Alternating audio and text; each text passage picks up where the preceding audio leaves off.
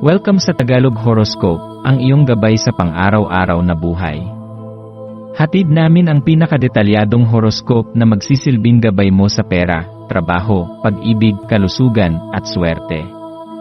Naway magtagumpay sa buhay ang lahat ng ating tagapakinig at subscribers sa buong mundo. Maraming salamat sa pag-subscribe at tanggapin ang siksik, liglig, at umaapaw na biyayang hatid ng Tagalog Horoscope.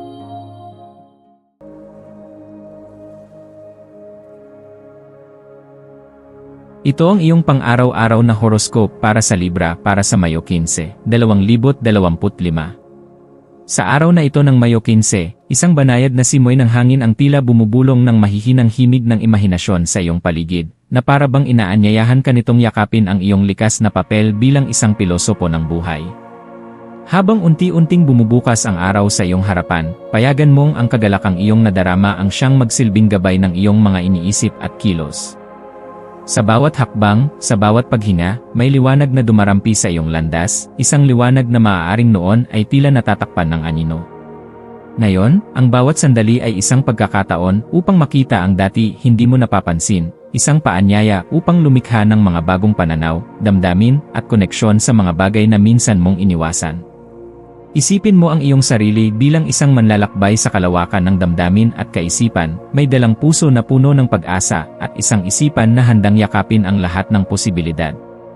Sa bawat patak ng segundo, ang iyong mundo ay nagiging isang mas malaking entablado kung saan ikaw ang pangunahing karakter, at ang kwento mo ay isa sa paghahanap ng lalim, ng kahulugan, at ng kagandahan sa mga simpleng bagay.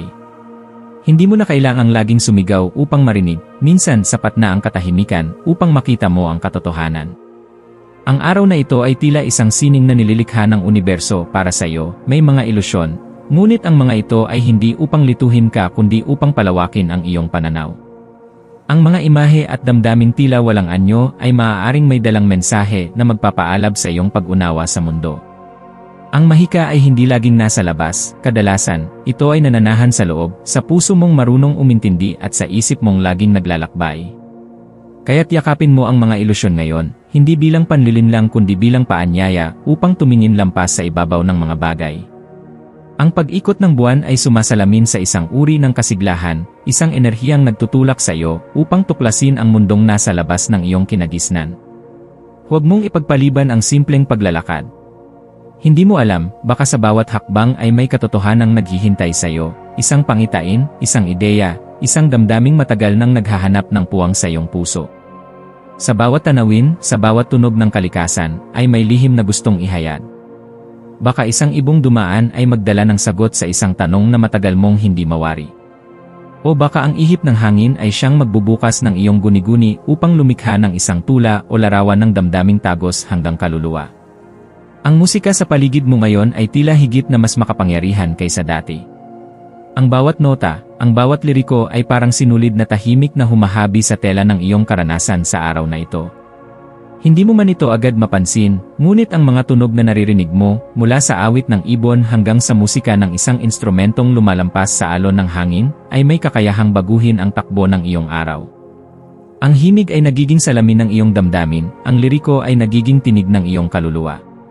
At sa kalagitnaan ng lahat ng ito, ikaw ay nakatindig, mulat, at handang sumabay sa ritmo ng universo. Ito ay isang paalala na may kakayahan kang makahanap ng kahulugan sa mga bagay na akala ng iba ay walang saysay. Ang musika ay hindi lamang para sa pandinig, ito ay pagkain ng kaluluwa. At sa araw na ito, kapag pinili mong makinig, tunay na makinig, ay maaari mong madiskubre ang mga lihim ng iyong damdamin. Maaari kang umiyak dahil sa isang awit, ngunit ito'y hindi kahinaan, kundi paglilinis. Maaari kang umiti ng walang dahilan, ngunit ito'y tanda ng koneksyon sa mas mataas na anyo ng kasiyahan. Sa gitna ng lahat ng ito, yakapin mo ang araw na ito na parang isang blankong kanbas na naghihintay ng iyong mga kulay. Ang kalayaang magpinta ng iyong karanasan ay nasa iyo. Ang bawat kilos, ang bawat salita, ay isang pintig ng iyong pagkamalikhain. Huwag kang matakot magkamali, sapagkat ang sining ng buhay ay hindi perpekto, ito ay totoo, ito ay tapat, ito ay ikaw. Maging mapagmatsyag sa mga maliliit na bagay, sa kilos ng mga dahon, sa pagdampi ng araw sa iyong balat, sa init ng kamay ng isang taong mahalaga sa iyo. Dahil sa bawat simpleng karanasang ito, naroroon ang pagkakataong makahanap ng liwanag. Gamitin mo ang iyong likas na kuryosidad upang tanungin, upang tuklasin, upang umibig muli sa buhay. Sa aspeto ng pag-ibig, ang araw na ito ay maaaring maging isang pagkakataon upang tingnan ang iyong relasyon mula sa ibang pananaw. Kung ikaw ay may minamahal, maglaan ng oras upang pakinggan siya ng buong puso. Hindi lang ang salita kundi pati ang katahimikan ay may ibig sabihin. Maaaring isang simpleng hapunan, isang tahimik na paglalakad, o isang sandaling yakap ay maging daan upang muling paigtingin ang inyong koneksyon. Para naman sa mga walang kapareha, ang araw na ito ay nagpapahiwatig ng posibilidad ng isang makabuluhang pagkikita. Hindi ito kailangang maging dramatiko, maaaring magsimula ito sa isang simpleng pag-uusap, isang ngiti, isang sulyap na may sinseridad. Huwag mong sarhan ang pinto ng iyong puso, baka ang pagkakataong ito ang simula ng isang malalim na koneksyon. Pagdating sa iyong karera at layunin sa buhay, ang iyong pagkakaroon ng bukas na isipan at kakayahang mag-isip sa labas ng kahon ay maaaring magdala sa iyo sa mga direksyong hindi mo pa nararanasan. Maging bukas sa mga ideya, sa feedback, at sa pagkakataong baguhin ang iyong landas kung kinakailangan. Maaaring may isang proyektong dati mong ikinabahala na ngayon ay biglang magkakaroon ng malinaw na direksyon. Ang mahalaga ay manatiling tapat sa iyong sarili at sa kalidad ng iyong ginagawa. Ang integridad ay magiging gabay mo at ang pagkamalikhain mo ang magiging ilaw ng iyong profesional na landas. Sa kalusugan, bigyang pansin ang iyong pangangatawan at isipan. Ang koneksyon ng iyong emosyonal na kalagayan sa iyong pisikal na kalusugan ay mas malalim kaysa sa iniisip mo. Kaya't kapag napagod ang iyong puso, ipahinga mo rin ang iyong katawan. Minsan, sapat na ang ilang minutong pagninilay upang maramdaman mong muli ang balanse. Iwasan mo ang labis na pagkabahala at alalahanin mong may kagalingang dumarating sa pagpapatawad, lalo na sa sarili. Kumain ng masustansya, uminom ng sapat na tubig, at iwasan ang labis na pagod.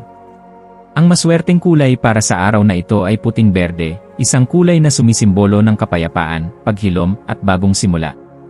Ang maswerteng mga numero mo ngayon ay 7 at 12. Ang mga numerong ito ay nagdadala ng enerhiya ng panibagong paglalakbay at matalinong pagpapasya. Samantalahin ang kanilang presensya upang gumawa ng mga desisyong may layunin at direksyon. Ang maswerteng gawain sa araw na ito ay ang pakikinig sa iyong paboritong musika habang naglalakad sa isang lugar na payapa, maaaring ito'y isang parke, dalampasigan, o kahit sa sarili mong bakuran. Sa pamamagitan nito, mas magiging malinaw sa iyo ang mensahe ng universo. Bilang pagtatapos ng araw na ito, maglaan ng sandali upang magnilay. Sa katahimikan, doon mo mas maririnig ang iyong puso. Anong damdamin ang lumutang? Anong aral ang dumating? Huwag mo itong isulat lamang sa isip, ilagay mo ito sa puso. Dahil sa bawat araw na lumilipas, ikaw ay dahan-dahang humuhubog ng isang bersyon ng sarili mong mas may lalim, mas may pagmamahal, mas may direksyon. At sa gabing ito, bago mo ipikit ang iyong mga mata, alalahanin mong ginawa mo ang makakaya mo. At bukas, isa na namang pahina ng pag-asa ang naghihintay.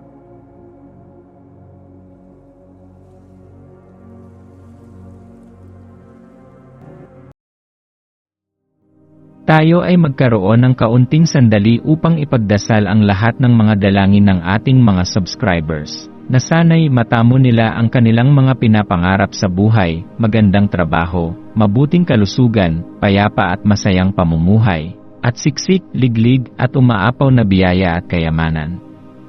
Ipinagdarasal namin ng mataimtim ang lahat ng mga komento sa nakaraang video, at hinihiling namin, Panginoon, na pagpalain mo ang ating mga subscribers ng masayang buhay sa mundong ibabaw. Maraming salamat po. Maraming salamat sa panonood ng iyong horoscope ngayon araw. Naway gabayan ka ng mga bituin sa iyong landas. Huwag kalimutang mag-like, share, at subscribe para sa iba pang cosmic na kaalaman. Hanggang sa muli, manatiling konektado sa universo.